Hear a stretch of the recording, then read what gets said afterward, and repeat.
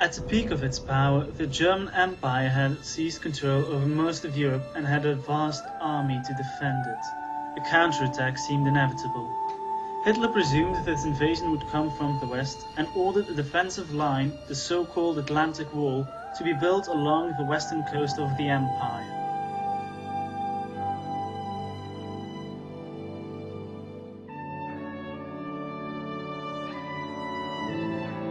This wall was built by slave laborers from conquered nations.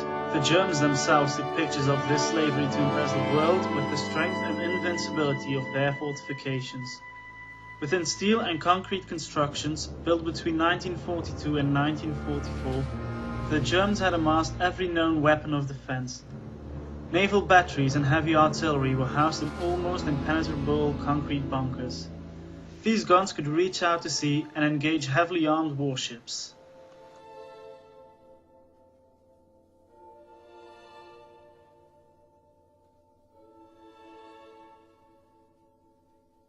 But if those weapons were enough to stop the Allied onslaught would only be proven in the future.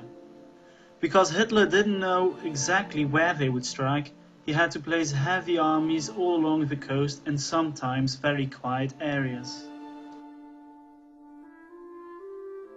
To confuse the Germans about where the invasion would commence, the Allies conducted a deception operation. They gave the impression that the invasion would be held in Norway. An entire fictitious army was created to put the Germans off, and they were successful.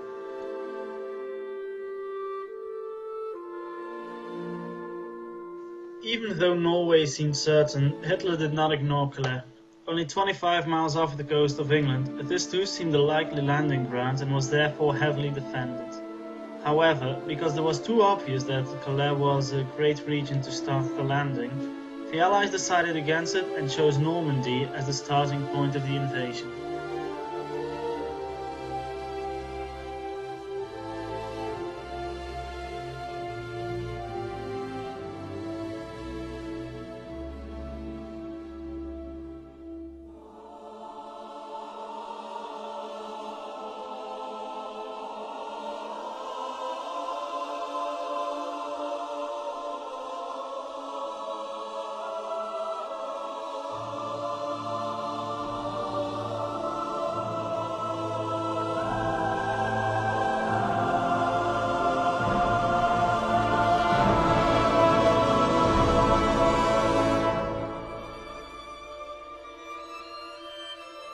Preparations were complete.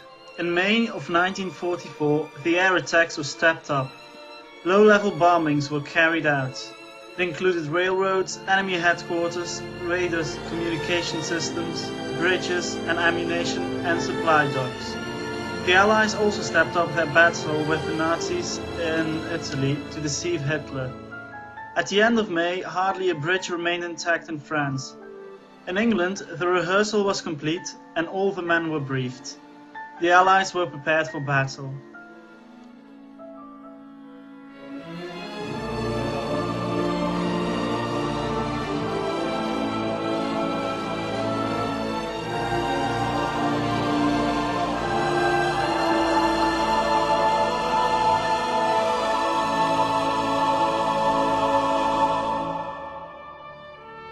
The landing was planned for June 5th. The tides would be right on that day for the landing. On June 3rd, the Armada was ready.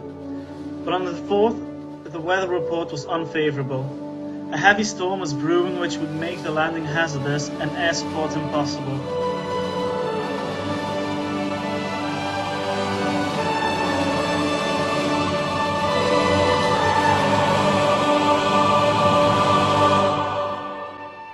As the storm pounded through the channel, the forecasters predicted a break in the morning of June 6th.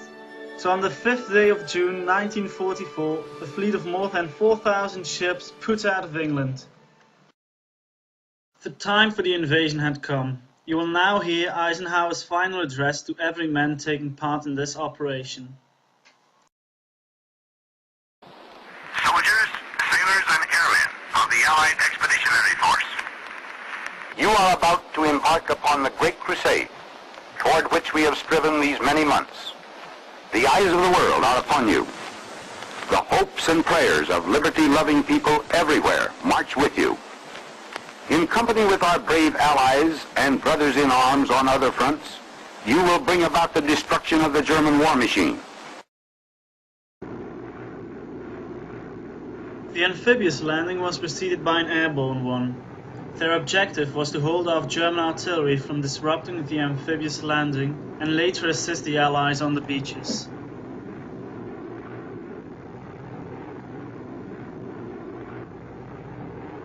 Thousands of men jumped from a plane, which marked the start of the invasion.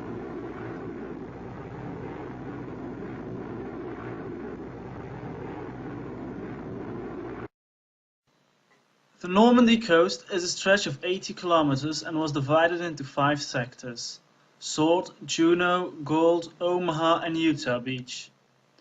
Omaha was the most heavily defended and is also the most famous one. The landings began at around 8 o'clock in the morning after bombardments from the warships.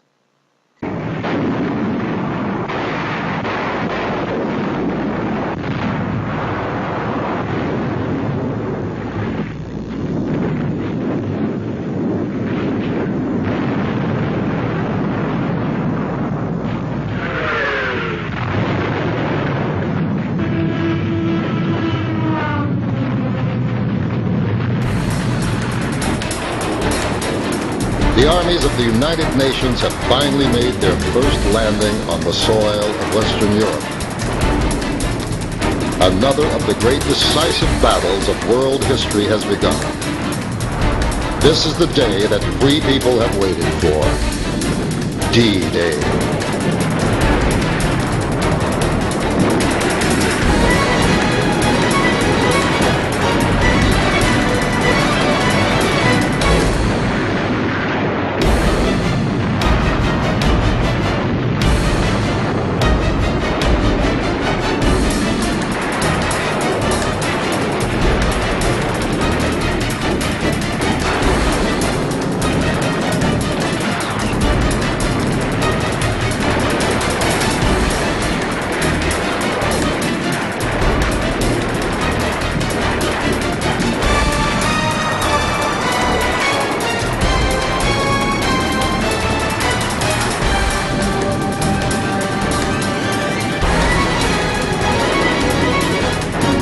The Atlantic Wall has been penetrated.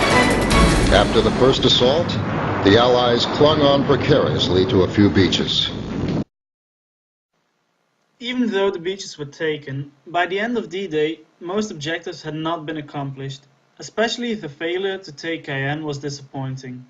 However, it wouldn't be long until the Allies steadily advanced into the mainland of Europe and conquered Nazi Germany once and for all.